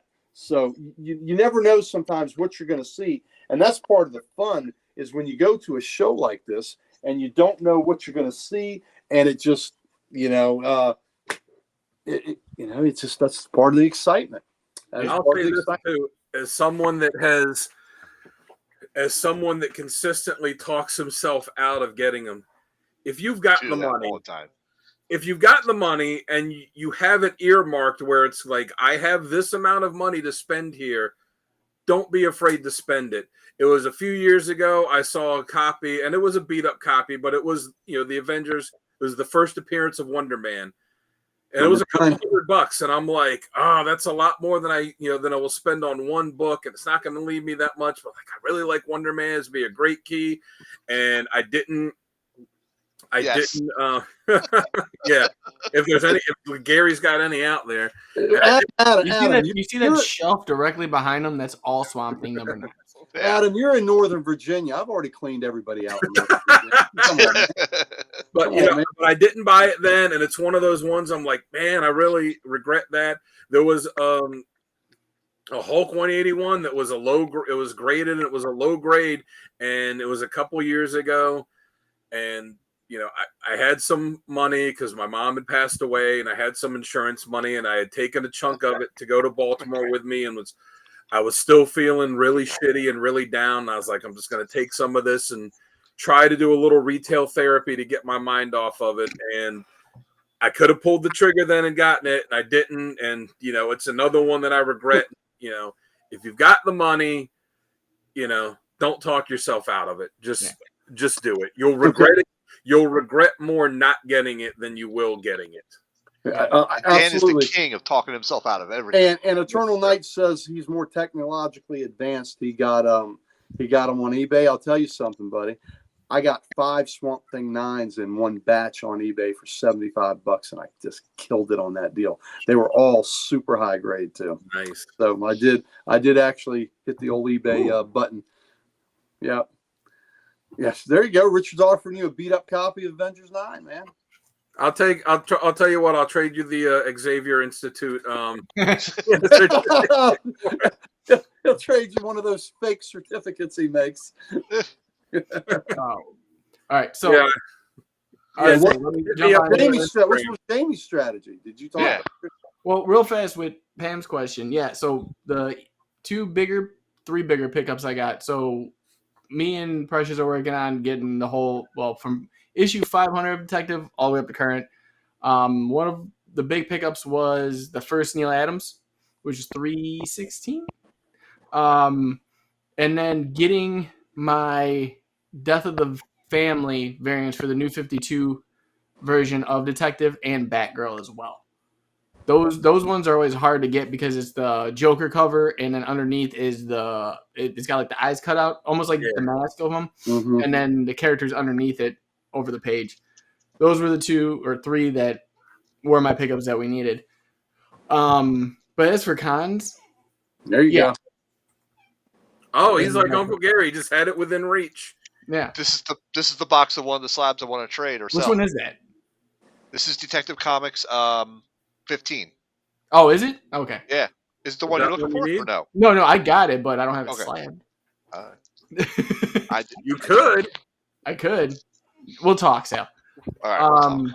You just have to promise not to fire him for a month. You can keep it. Listen, don't make promises you can't keep. Yeah, I was gonna say he can't keep that promise. You can't keep that. Yeah, no, there's no way. Besides, I can't go 7 minutes without thinking about it. But no, as for cons, so my big one when I lived in Illinois was always C2E2. The first time I went, I had no idea what the fuck I was doing. Like, I just censored myself for that. And over the years, I've kind of figured out, because I don't have ADD or ADHD, but when I go into a con, I do. And it's horrible because I am going through, I usually scout the entire thing the first day and try to find, where vendors are, and then learning later on that vendors change every day, which screws me up even more. But I usually scout out, see what's there, see who's, if I see something I like, I don't really try to throw everything out on Friday. Friday is usually hey, there's not a lot of people here. Let's actually roam around and see what we can find. For me, personally. Now, when it comes to Fridays too, I tend to pull the trigger on certain books that I do have in my mind that I do want to get. I'll check because there's less foot traffic, especially, when you're trying to buy stuff on Saturday. It's almost impossible because that place is packed. I mean, you're shoulder to shoulder with people trying to get in, check a vendor. So I use the opportunity to get some, bigger books, but I get to check each vendor to see if they have that same book and see who has got a better price or a better grade. That's just my opinion. Now, for like Saturdays, it's kind of like, for me, it's if I see something, I have 2 modes on me where it's, oh, that's cool, I might get that, or I need that. Where if I think it's cool and I might get it, I can easily walk away from the situation. And if I come back and it's gone, I'm not hurt. That's right. I had to explain it to Precious as well, like, because she's like, what do I need to know? And I'm like, if you think it's cool, make sure you can walk away from it. Yep. Because when you come back, it's not probably going to be there. There's easy to get overwhelmed too on the 7 to 80% chance. And if it's something you need, pull the trigger if it's there and you haven't seen it anywhere else so far. Right. And sometimes when there's a part of the sickness that Mike and I always talk about is that, we sit there and buy books we already have because we're upgrading them. And that is part of the sickness. That is part that I had. But so I try not to do that as much. I try not to buy books that I'm going to want to have to upgrade. But if I need one more book for a collection to finish a run, if it's not too expensive, I will go ahead and I'll buy a beat copy just as a placeholder until I get a better copy. But it can't be too expensive. So I will do that. You know, I know. And the other thing to tell y'all too is if you're going to one of these cons, whether it's big or small, cash is king, baby. Oh yeah, Always. Because you'll get way better deals. yeah, because whenever they put something on the card, they're paying that credit card fee for that, right? And that's reported income that they're gonna have to put on their taxes and stuff. So you're gonna get a better deal when you're walking around with cash. And I'll tell you the other thing that works is sometimes, like say they got 140 on a book, right? And you're like, I tell you what, here's 100 right here. You know, got it right you know how many times I've done that? Where it's like a $30-$40 book, and I was like, all I got is this, and I throw it out 20, and they're like, you don't have anything else? I was like, nah, dude, I gotta eat.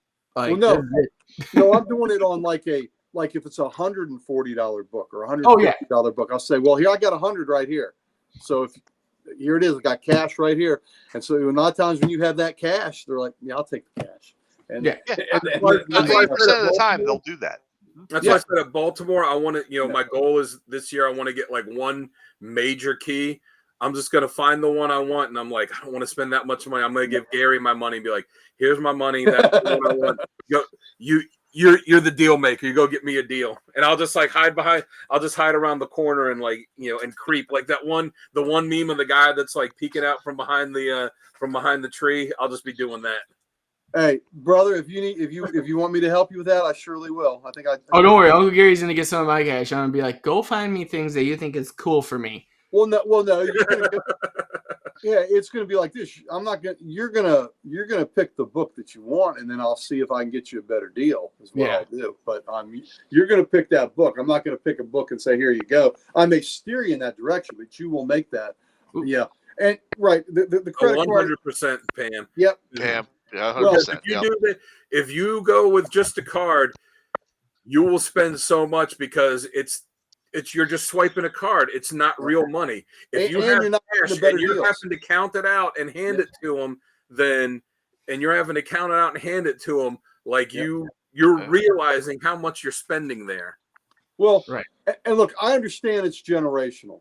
I mean, hell, I'm going to be 60 in a few months, right? I understand it's generational, but you know, I can't do it. Like I have to go with cash. Like I got yelled at by my bank. Yeah. With the last time I was at C2E2, which was 5 years ago. Yep. Baltimore's gonna be the first big con I've been to in 5 years. Wow. And it saddened me. I'm going to one, like I said, in Oshkosh in 2 weeks, and it's at the Oshkosh Arena. But like to be at a big con again, like I have a ritual and all that. Like I still have my same ways that I do everything. But one of the things I do is I try always to find something new too. That's why I was talking about earlier, like with those in pre-show, like those big runs, those bricks of comics that you can buy. I always try to find it. And if it's like, oh, it's only 1 through 12, but it's 24 issue series, I'm not going to get it. I want the full thing then. And I'll go for them. I won't care what it is. I try something new every time. It's so annoying when you find a mini series and they have like, there's 6 issues of it and they have 4 or 5 issues. Like, what am I going to do? Like, how hard is it going to be to find that last single issue I need to complete this? It took me forever to find the 24th issue of Thunderstrike where Eric Masterson died. It took me a couple years to find that last issue. So not just on a mini, but the last issue of series. Usually there are lower print runs because the book is being canceled. So you struggle sometimes to find those. So there's certain books when you find it, you just get it. You know, if you've been looking and you know, like if that's the first place I see, if I go into a con and I know that book has been a bitch to find, I will snag it and take it right then and there. But you know, when you're looking, you know, but yeah, bring cash. And I know through, you know, the videos that we did are pretty good. I completed Marvel 2-in-1 since I filmed that video. I'm down to about, I think I need 2 Ghost Riders of Volume 1 and I'm done. And I have Volume 1 of the Johnny Blaze. But I also have Marvel's Johnny, the Western Ghost Rider when Marvel got the rights to him. I have all those too. But the Johnny Blaze, I need 2 more. And then I'm about 4 away from having all the Marvel team-ups now. So that's been going well. As a matter of fact, I should be getting one tomorrow. Damien's bringing me one. Oh, nice. That's so Marvel. I would add one more point to this too. I said, don't be afraid to try and make the deal or try to wheel and deal with them. Yeah. especially if you're using cash. Like if I'm going to buy some X-Men books and I'm really targeting like one X-Men book, I'll see what else they have on my list. And even if they're like a few dollars more than the other stand that I saw, I'll still try to work them in and get the deal, because they'll be more than willing to work a deal if you're buying more inventory from them. Yeah, Bundle I'm a bundler all Yeah, day. bundle 'em. Like, if there's Yep. 4 books I'm that I going can safe, find. baby. It's like Geico. Yep. And don't right. And the other thing is, don't be ridiculous with what you're Right. asking. Absolutely. Some people are crazy. Don't be insulting to the Yes. people, right? You know, Got a dollar. I mean, it's okay. It's okay to ask for a third off. Well, Yeah, right. depending too, don't go for a $3,000 book and be like, "I'll give you $2,000 for it." Yeah. Right. But yeah, I mean, on one hand, the worst they can do is say no. But you're right. Like, if you want to get any kind of back and forth negotiation on it, like, you do want to start low, but you don't want to start insultingly low. Right. Right. Well, do you guys got, and we'll end off with this, do you guys got any like rituals or anything you guys do before cons, like prep work or anything like that you guys like set up for, or like a before con routine, like before you even go in? Because Coffee. I am one of those people. Yeah.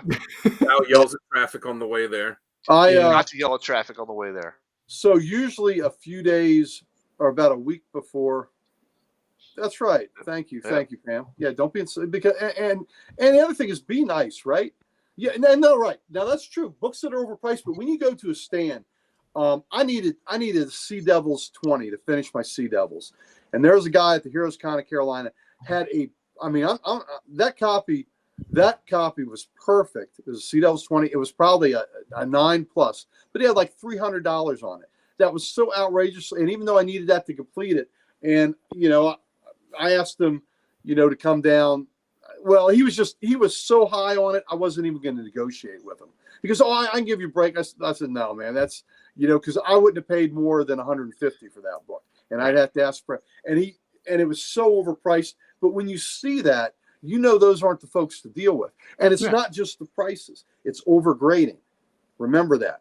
It's overgrading. So a book may be great, may be priced the right way for a certain grade, but if he's got it elevated the grade, you're not getting the right price on that. So be careful with that too. Make sure that my favorite are the vendors you go to. Yeah. And they'll be like, it'll be $100 over what you want to spend or what it's worth. And I'd be like, well, it's a 7.5.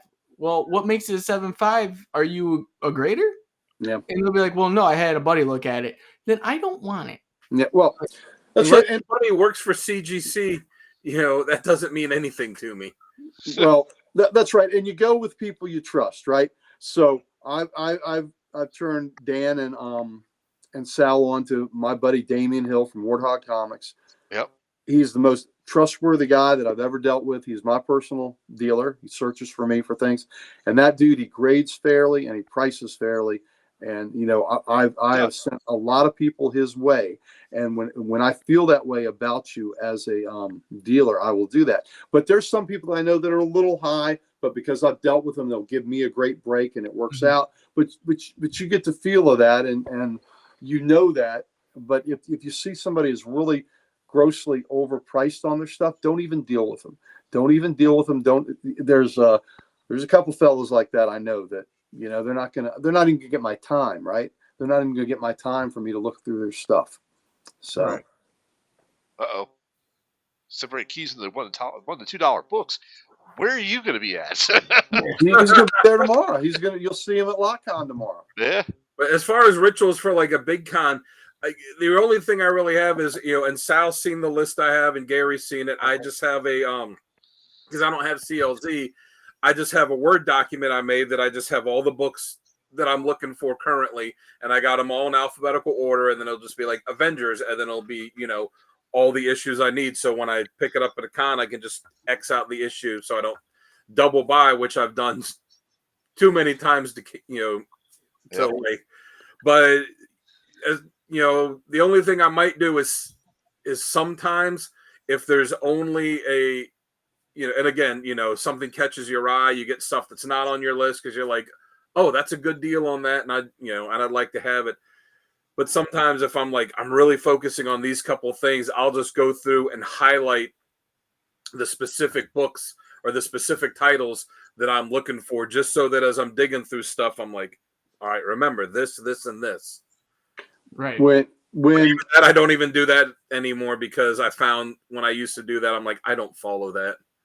about a week before Baltimore, about a week before the Baltimore convention, they'll release the booklet that they give out, that they print out. They'll release it online.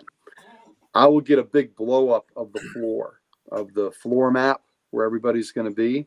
Mm-hmm. And I'll look to see, of course, where Comic Logic is, where Warthog is, where Damien is, and all that. And that's cool. And I'll mark it on the map.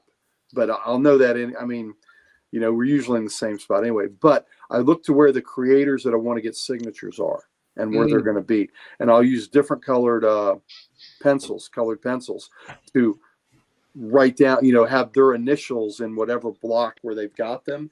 And I'll use that as a reference guide to where that creator is. So I'll color code that with the different,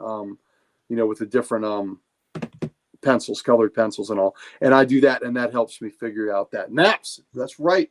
Got to have maps. Gotta have maps. So the floor map is pretty cool, especially if you're trying to get where those creators are, because that you can lose track there because there's so much, especially at a con like Baltimore where there's so many daggone creators. You could use those big retailers that you go to as keys, or I remember seeing this guy like 3 stands down from Warthog that had a book that I was interested Well, in. that's what me and Sal did. Well, we didn't do it beforehand, but at the con last year when we went and we got the book, and we're like, because I had been emailing and messaging all these creators before the con to see if we could talk to them and do little mini interviews. When we got there, it's like, all right, we got these 8 guys that said they definitely talked to us. So I pulled it out and it was like, remember, Sal? I was marking them on the sheet like, all right, we got it. All right, we'd be able to hit this guy, and this guy that are all right here together, and then go over here for this one.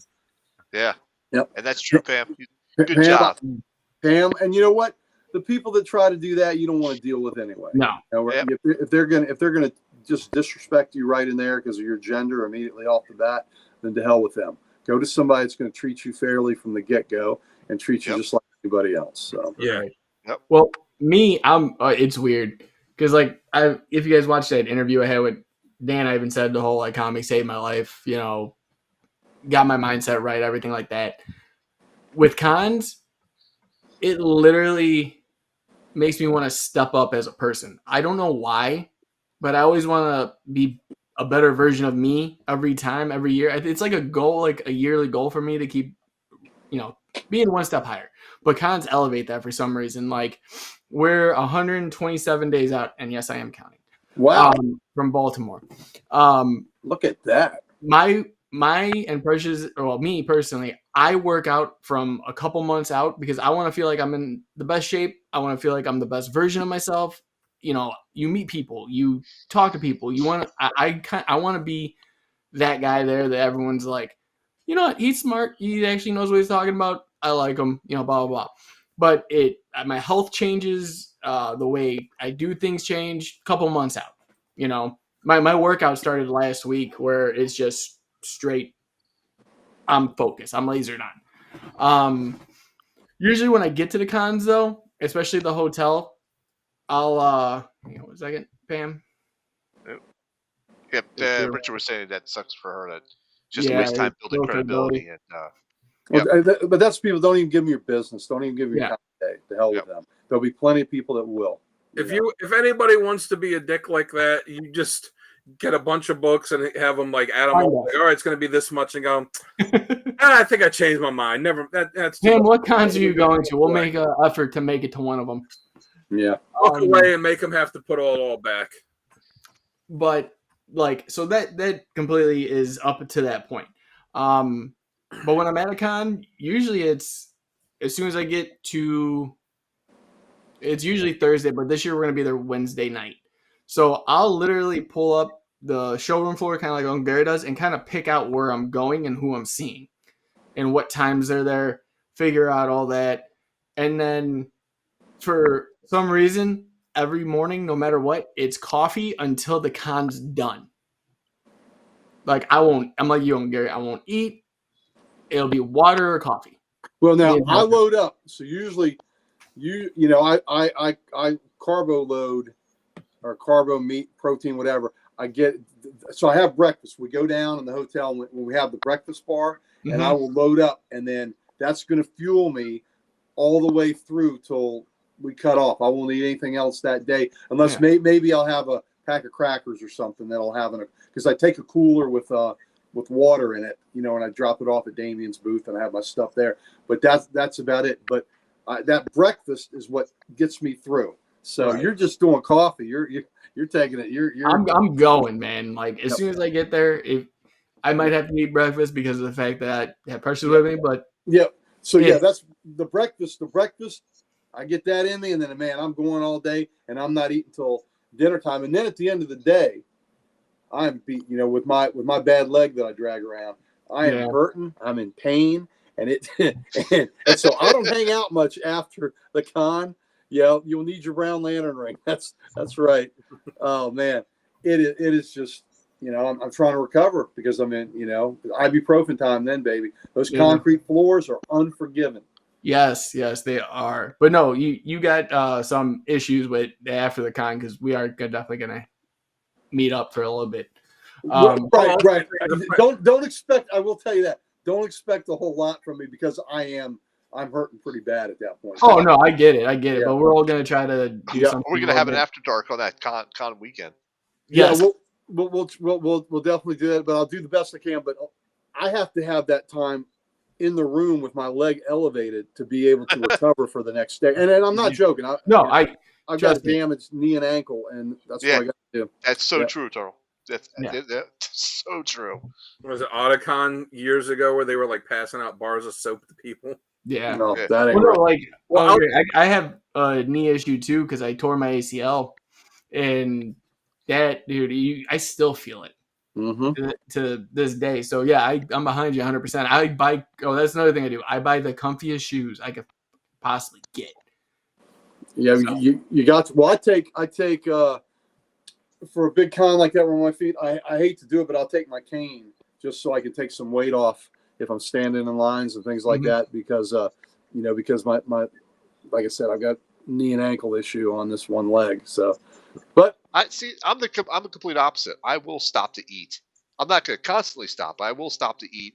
I'll always have water on me because if my sugar drops too much, I get hangry and hangry and driving in traffic around this area. Not a good combination, So I will stop to eat just because. That's Dan, now you know, Dan, feed them before you get in the car. Yeah. Whenever I've gotten with them, we stop at like 7-Eleven or something right away. Yeah. Don't worry. I'll be mad because as soon as we got off the plane, I'll be like, we need to stop somewhere to eat, dude. I did forget one prep thing is, I was just looking over the guest list for Baltimore Comic Con. If there's people there you want autographs for, make sure you're looking at it in advance so that you can take whatever books you want to get signed with you because you don't want to go there and be like, oh, I'll just pick up something there for him to sign because at that point you're at the mercy of what you can find, what you can afford. And those books are manhandled by everybody. Yeah, take whatever you're going to get signed, take it there with you before. If you want to get a sketch, take a sketch pad with you and just be like, hey, and I know some guys that have done that too. They'll have their sketch pad and be like, hey, can I get you to add something to this? And sometimes they'll flip through. And if they see a bunch of other big artists that have stuff in there, they don't want to draw some crappy sketch and you be like, oh, this looks worse than that guy. They'll want to one up, or at least equal the other guys that are in there too. So you might get something better. Unless you're Tom King. Yeah. Thank you, Richard. I appreciate the advice on that. I've got a knee and ankle that needs surgery, and I've just been putting it off. So it's I've got some things going on. A lot of damage from playing ball and from doing a hard physical job for many years. So it's just hey, it's one of them things, man. I'm going to be 60 in a couple months, and except for this bad leg, I'm in pretty good shape for an old. Still strong like bull, baby. And realistically, Uncle Gary looks like he's just turning 40. So I appreciate that. And if there's specific books that you're looking for, make sure you know what the current fair market value is before you go in, because you don't want to have to be stopping and looking all the time. Make sure you know so you know if you're getting something fair or not. But you got to look it up the day or two before. Don't go off of something. Well, 6 months ago it was this. Well, a lot can change in 6 months. And your tech doesn't always work in the hall too. Sometimes everybody's hitting it at once, and you know what you're hoping for. So yeah, the Baltimore guest list is made. Hell, Jim Lee is going to be there again this year. So that's a big deal. Mark Wolfman's going to be there. I already got my books pulled for him. Yeah. Well, anybody that wants Jim Lee, you got to get a special ticket for. Yeah. So that's how it was with C2 too last year. Yep.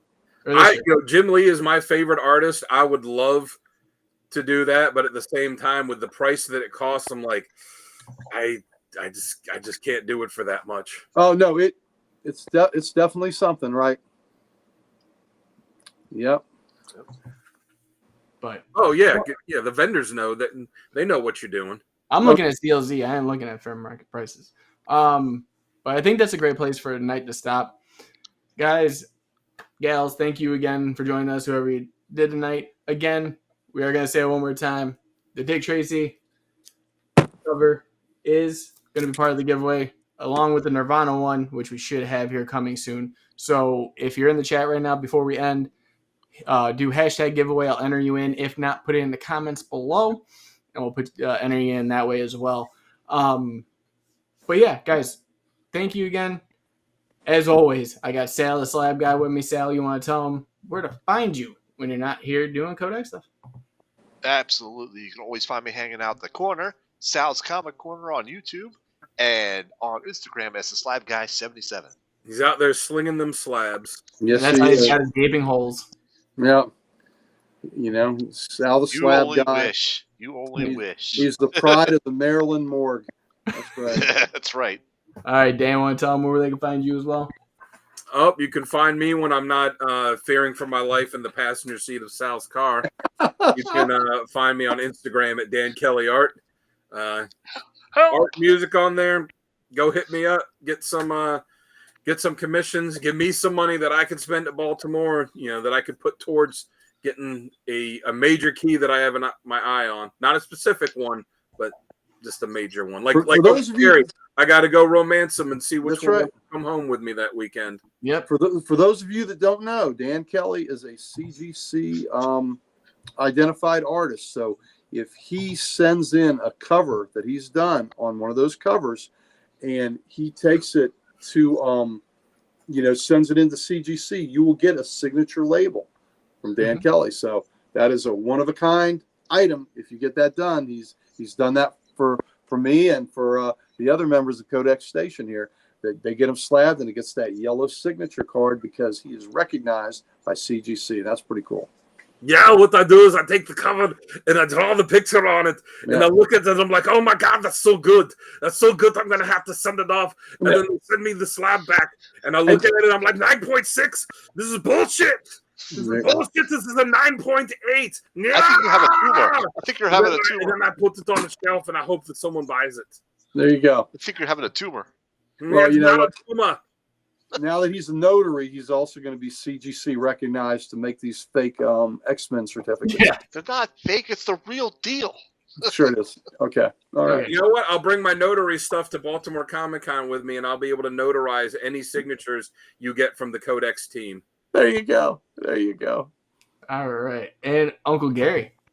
Oh, you can find me, Comic Logic, baby. You can find me there tomorrow. Because tomorrow we have our spring lot con. We would love to see you there from 12 to 4. We're in Loudoun County, Virginia. So if you're in the Northern Virginia area, please come make our acquaintance. Come see our shop. Not only will you see me and the other Comic Logic folks, but you'll see these guys over here. You'll see Sal. You'll see Dan there tomorrow at Comic Logic. You see CODEX, Comic Logic, the same place. What's better than that? Come. We'll have 40 vendors. I think we got 40 vendors now. There'll be comics. Y'all see my good buddy Damon Hill from Warthog Comics. There'll be comics. There'll be local authors, local artists. There'll be jewelry. There'll be toys. There'll be it's family-friendly atmosphere. So come out and see us. We would love to have you enjoy the day with us. Eternal's got my rap going there. See you all tomorrow. Buy my stuff.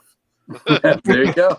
That's exactly right. And if you ask me to, if you see me tomorrow and you ask me, I'll yell at you in the Arnold voice. Yep. Don't let the bed bugs bite my foot soldiers. There you go. All right, ladies and gents. Just to let you know, go check out the CodexStation.com. One-stop shop for everything Codex. Get some merch, meet Tim, let us know what you like and don't like, and so much more. You can also find something on there, and Uncle Gary, I think we want to give it to him. I don't know what it is. Maybe you can explain. You know what it is because you've got Herpes. it. Yeah. That's like luggage. You don't get rid of that every day. Yeah. Listen. It's just We like the have great all- bed. It's forever. It's forever, baby. Just like the Codex Station, we're going to be here forever, baby. And we have all the socials. Every host you see, we've got them, and we'd like nothing better than to give them to you. Yes. So, ladies and gents, thank you again, actually, for joining us tonight. I hope you have fun. We always do. And guys, we will see you in the next one. See ya. See you next time. Someone going to say it? May your brown lantern fill